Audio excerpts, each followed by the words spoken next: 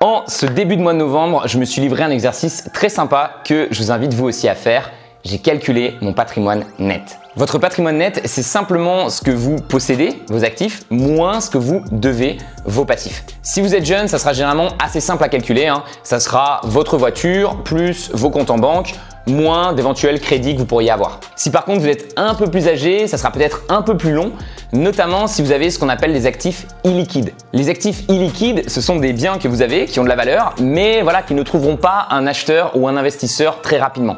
Alors que vous pouvez vendre des actions d'entreprise cotées en un clic sur votre courtier en ligne, si vous avez un bien immobilier, ça prendra généralement beaucoup plus de temps, entre 6 et 9 mois en moyenne. Et si vous souhaitez vendre votre entreprise, là ça sera encore plus long, on estime en moyenne entre 1 et 3 ans pour vendre une entreprise. Donc voilà, si vous voulez bien faire les choses quand vous calculez votre patrimoine, ces actifs illiquides, il faudrait les faire estimer et bien sûr faire attention de ne pas trop gonfler les chiffres. Perso, pour les besoins de cette vidéo et pour vraiment simplifier le calcul, j'ai décidé de ne pas prendre en compte la valeur de mes sites e-commerce. Car même s'ils ont de la valeur et que je pense que je pourrais trouver quelqu'un qui serait prêt à les racheter, cela prendrait pas mal de temps et je vous avoue que j'ai un peu du mal à estimer combien je pourrais réellement en tirer. Voilà, et à part ça, j'ai absolument aucune dette et mis à part un petit parking, j'ai pas non plus d'immobilier.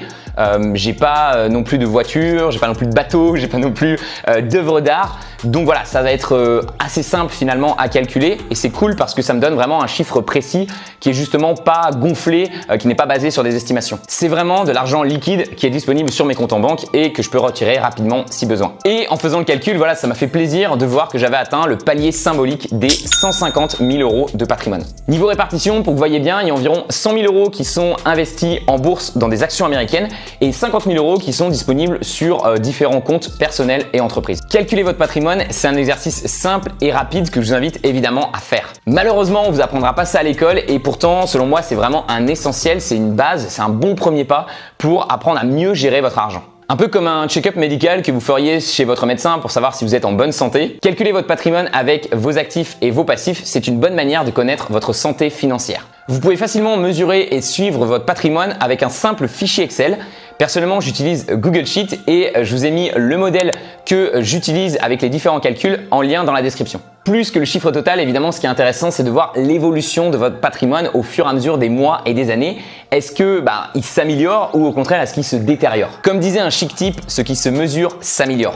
Et si vous mesurez comme ça votre patrimoine tous les mois, tous les 6 mois, vous verrez rapidement où vous en êtes, vous verrez des pistes d'amélioration et vous pourrez aussi corriger le tir en cas de problème. D'ailleurs, c'est amusant de constater que si vous demandez à quelqu'un comme ça au pif dans la rue quel est son patrimoine, généralement, il saura absolument pas quoi vous répondre. Et au contraire, si vous demandez à quelqu'un de riche son patrimoine, il pourra vous donner en détail, ligne par ligne, ses actifs et ses passifs. Donc voilà, connaître, suivre et mesurer votre patrimoine, c'est une habitude que tous les plus fortunés font. Donc c'est une très bonne habitude à prendre si vous souhaitez justement reprendre le contrôle de vos finances. Et une fois que vous avez le chiffre face à vous, c'est assez cool parce que vous avez deux manières de l'améliorer. Soit vous bossez sur la partie passive en cherchant à diminuer tout simplement ce que vous devez, vos dettes, soit en travaillant sur la partie active en cherchant à acquérir des actifs, des choses qui vont vous rapporter de l'argent et qui vont prendre de la valeur au fur et à mesure des années. Bon, j'aime pas trop me comparer aux autres, surtout que je pense que vous le savez, en ce qui concerne l'argent, on part pas tous avec les mêmes cartes en main. Je pense que la comparaison, avant tout, elle est à faire avec vous-même.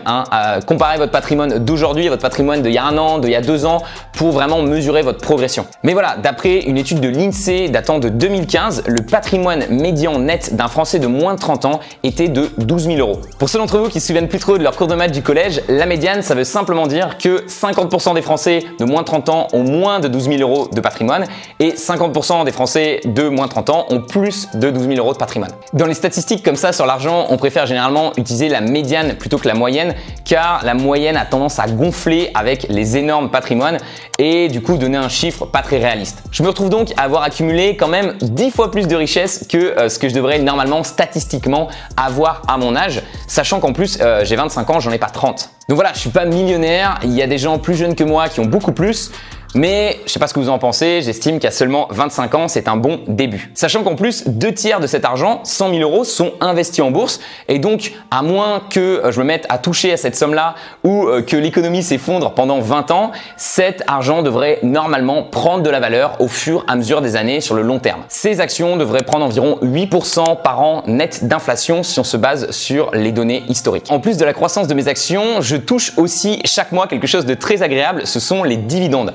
ça représente environ 3% par an de la somme totale qui est investie, ce qui représente environ 260 € par mois. Donc voilà, c'est pas encore un salaire en dividende, mais quand même ça paye un très bon resto chaque mois. Sur le long terme, je pense que ma retraite est assurée et que si je continue comme ça, je suis sur la bonne voie pour être complètement libre financièrement avant mes 30 ans. Je pourrais alors choisir un travail avec absolument zéro pression financière. Clairement, je pense que vous le savez, l'argent ne fait pas tout et il y a des choses beaucoup plus importantes dans la vie. Faire un métier qui vous plaît, apporter votre contribution, la famille, les amis, la santé, les passions, l'apéro. Mais voilà, avoir une base solide financière, selon moi, ça rassure et ça permet justement de profiter de toutes ces belles choses que la vie a à nous offrir sans arrêt stresser, à galérer avec les fins de mois et peut-être même se retrouver à devoir faire des heures supplémentaires dans un taf qui vous plaît pas vraiment. Dans son excellent bouquin The Top 5 Regrets of the Dying, Bronnie Ware explique qu'un des regrets qu'elle a le plus souvent retrouvé chez les personnes en fin de vie, c'était « Je n'aurais pas dû autant travailler aussi dur toute ma vie pour l'argent,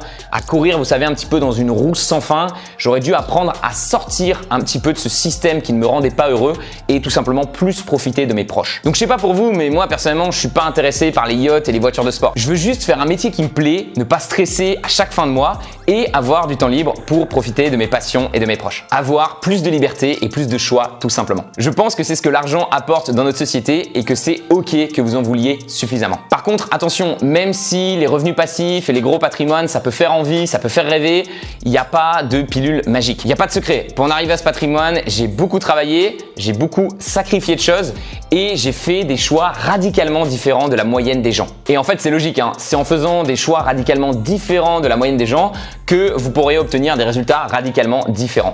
Donc voilà, si vous êtes à la recherche d'une recette magique pour devenir riche rapidement et sans effort en un simple claquement de doigts, vous pouvez quitter cette vidéo. Le chemin vers la liberté financière, c'est un chemin long, douloureux, dans lequel on doute et qui nous demande de faire des sacrifices que beaucoup de gens, à mon avis, ne sont pas vraiment prêts à faire. Pourtant, comme toute chose difficile dans la vie, avoir un enfant, monter l'Everest, faire le tour du monde, voilà, ce sont des choses où on en chie, mais une fois qu'on est arrivé au bout, on est vraiment super content et on est fier du chemin parcouru. Si vous souhaitez augmenter votre patrimoine et vos revenus passifs afin de plus profiter de la vie et que vous n'avez pas peur de travailler pour en arriver là, alors vous êtes au bon endroit. Sur cette vidéo et sur cette chaîne, j'ai vraiment envie de vous donner des conseils concrets tirés de mon expérience sur comment gagner votre argent, comment garder votre argent et comment mieux investir votre argent. Je suis pas un méga expert et il y a plein de choses que j'ignore encore sur les finances personnelles, mais j'ai quand même appris pas mal de choses au fur et à mesure de mon parcours. J'ai démarré cette aventure il y a 7 ans, en 2011, à la sortie du lycée et pour être honnête avec vous, à cette époque, j'étais un petit peu paumé. La seule chose que je savais, c'est que j'avais pas envie de bosser dans une grande boîte parce que j'avais vu le mal que ça avait fait à ma mère. J'avais envie de faire un travail qui me plaît, j'avais envie de liberté, mais je savais pas vraiment par où prendre la chose, par où démarrer. Et en 7 ans, j'ai fait énormément d'erreurs sur mon argent et sur mon travail. Je pense que j'aurais pu facilement avoir un patrimoine 3 fois plus important aujourd'hui si quelqu'un à l'époque m'avait donné des conseils sur justement comment choisir un métier et comment gérer mon argent. Donc voilà, j'espère que ces erreurs et les leçons que j'en ai tirées, apprises vraiment sur le terrain, pourront vous être utiles vers votre propre cheminement, vers votre liberté financière. Évidemment, je pourrais pas faire le travail à votre place, mais j'espère être à la hauteur, vous donner des conseils bien sympas qui créeront des déclics et vous feront accélérer sur votre chemin. Et contrairement à d'autres youtubeurs, j'ai vraiment envie d'être 100% transparent avec vous dans cette aventure. De tout vous montrer afin que vous voyez un exemple concret de quelqu'un qui cherche à atteindre sa liberté financière avec les victoires, les succès, mais aussi les doutes, les galères, les échecs. Et j'espère aussi, je vous avoue, qu'à travers ces vidéos, on pourra casser un petit peu le tabou qu'il y a en France au niveau de l'argent. Vous savez, l'argent, c'est un petit peu comme le sexe. C'est dur d'en parler ouvertement et du coup, ça crée toutes sortes de frustrations et de fantasmes. Et justement, je pense que c'est parce qu'on ne parle pas assez d'argent que beaucoup de gens se retrouvent dans la merde financièrement avec des dettes, du stress et les huissiers. Et comme pour le sexe, je pense que la solution, c'est simplement d'être capable d'en parler ouvertement et de réaliser qu'on peut progresser dans ce domaine-là, que c'est pas un domaine interdit, c'est pas un domaine tabou. Il y a beaucoup d'hypocrisie en France autour de l'argent. Vous avez plein de gens sur Internet qui refusent de dire combien ils gagnent, comme si c'était quelque chose d'honteux qu'il fallait absolument cacher. Vous avez des gens qui vous disent « oui, l'argent c'est pas important, c'est pas grave, on s'en fout » et qui derrière passent 8 heures par jour, 5 jours sur 7 dans un boulot qu'ils détestent, tout ça pour gagner de l'argent. Et enfin, vous avez tous les clichés et les croyances négatives qui ont la vie dure, du genre les riches sont des salauds, si tu gagnes plus d'argent que les autres, c'est sûrement que tu en as piqué aux autres, etc. Donc voilà, j'ai envie qu'on casse ensemble un petit peu tous ces clichés et qu'on revienne à une vision plus saine de l'argent. Ok, il y a des choses carrément plus importantes que l'argent, mais en même temps, dans notre société capitaliste, c'est une énergie qu'il faut savoir maîtriser pour ne pas sans arrêt stresser et avoir une vie heureuse. Ok, il y a des qui gagnent de l'argent en escroquant les gens, mais généralement, ils finissent par se faire choper. Et vous avez aussi plein d'exemples de gens riches qui utilisent leur argent pour impacter le monde positivement et changer les choses. Donc voilà, si vous êtes d'accord avec moi sur cette vision de l'argent, n'hésitez pas à me lâcher un petit like en support en dessous de cette vidéo. Et j'aimerais démarrer cette chaîne sur les chapeaux de roue en vous expliquant ce qui doit sûrement être une de mes plus grosses erreurs que j'ai pu faire en ce qui concerne la gestion de mon argent. Mais avant ça, je voudrais juste clarifier quelque chose d'important par rapport à mon patrimoine actuel. Évidemment, 100% de l'argent que j'ai aujourd'hui n'est pas dû qu'à mon travail et j'ai eu beaucoup de chance. Déjà, comme vous sûrement, d'être né en France dans un des pays les plus riches du monde. Ensuite, d'être né dans une famille aisée qui, même s'ils étaient inquiets, m'ont toujours fait confiance et m'ont toujours supporté dans mes projets entrepreneuriales. Mon père, par exemple, m'a offert ma toute première formation sur le web. Elle valait 2000 €, ce qui était une somme juste monstrueuse pour moi à l'époque. Et voilà, c'était tout simplement le plus beau cadeau qu'on pouvait me faire. J'étais ultra motivé, j'ai suivi la formation comme un ouf et même si ça a pris un peu plus de temps que prévu, j'ai fini par pouvoir lui la rembourser. Donc oui, avant que quelqu'un me le dise dans les commentaires, mon patrimoine actuel n'est pas dû qu'à mon travail. Je pense qu'il y a toujours une part de chance dans n'importe quel parcours humain. Malheureusement, en fonction du pays dans lequel vous êtes né, de votre couleur de peau, de votre milieu social, de vos amis, de vos parents, des rencontres que vous faites, vous démarrez la course avec plus ou moins d'avantages. Et comme disait Ayam, la vie est belle, le destin s'en écarte, personne ne joue avec les mêmes cartes, le berceau lève le voile, multiples sont les routes qu'il dévoile, tant pis, on n'est pas né sous la même étoile. Pourquoi fortune et infortune? Pourquoi suis-je né les poches vides? Pourquoi les siennes sont-elles pleines de thunes? Donc oui, si la vie est un jeu de poker, on part pas tous avec les mêmes cartes en main. Et en ce qui me concerne, je pense que j'ai eu beaucoup de chance. Pré-flop, j'ai chopé la paire de rois. Maintenant, parce que j'ai aussi envie d'avoir un discours positif, je citerai notre cher ami Patrick Bruel, Patoche, qui disait « Le plus important au poker, ce ne sont pas les cartes, c'est ce que vous en faites ». Et en effet, j'ai vu des gens en France partir de milieux très modestes avec une très mauvaise main de départ, si on peut dire.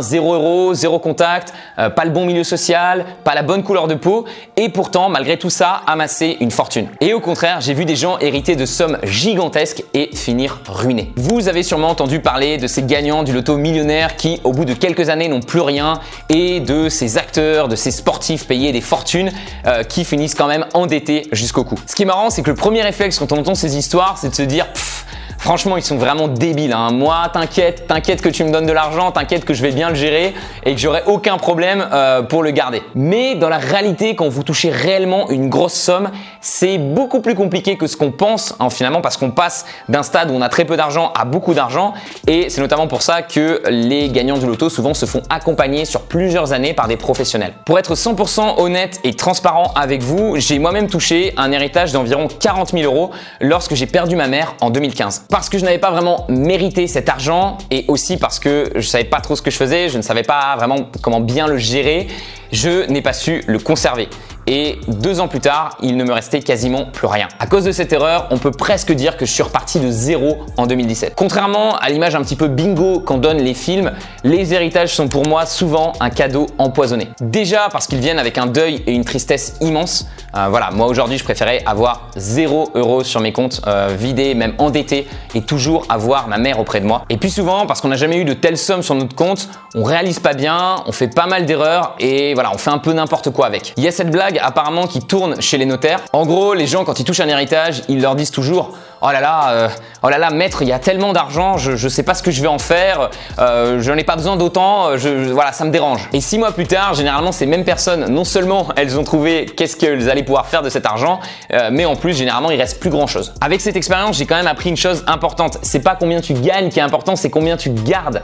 Il faut savoir gérer son argent et le faire fructifier, sinon c'est rapidement retour à la case départ. Et conserver et faire fructifier son argent, c'est beaucoup plus dur que ce qu'on peut imaginer. Ça paraît super simple quand on le regarde d'un point de vue extérieur. Mais dans la réalité, si vous n'êtes pas consciencieux et bien éduqué financièrement, l'argent vous glissera toujours entre les doigts. Du coup, pour revenir sur notre patrimoine, je pense que le plus important, c'est pas de regarder une seule fois votre patrimoine dans un moment fixe, c'est vraiment de regarder l'évolution de ce patrimoine au fur et à mesure des mois et des années. Et c'est ce qu'on va faire ensemble sur cette chaîne. Généralement, peu importe la somme de départ que je vous donne, si vous êtes éduqué financièrement et que vous comprenez comment l'argent fonctionne, je reviendrai quelques années plus tard et vous aurez une fortune. Et au contraire, je suis sûr que si vous n'êtes pas éduqué financièrement, je peux vous donner des centaines de milliers d'euros. Au bout de quelques années, vous n'aurez plus rien. Et malheureusement, c'est ce qui se passe aujourd'hui, actuellement en France. Si vous prenez quelqu'un qui a 60 ans et vous prenez la totalité de tout l'argent qu'il a gagné durant toute sa vie, il a gagné 1 million, voire même 2 millions, il a gagné beaucoup d'argent.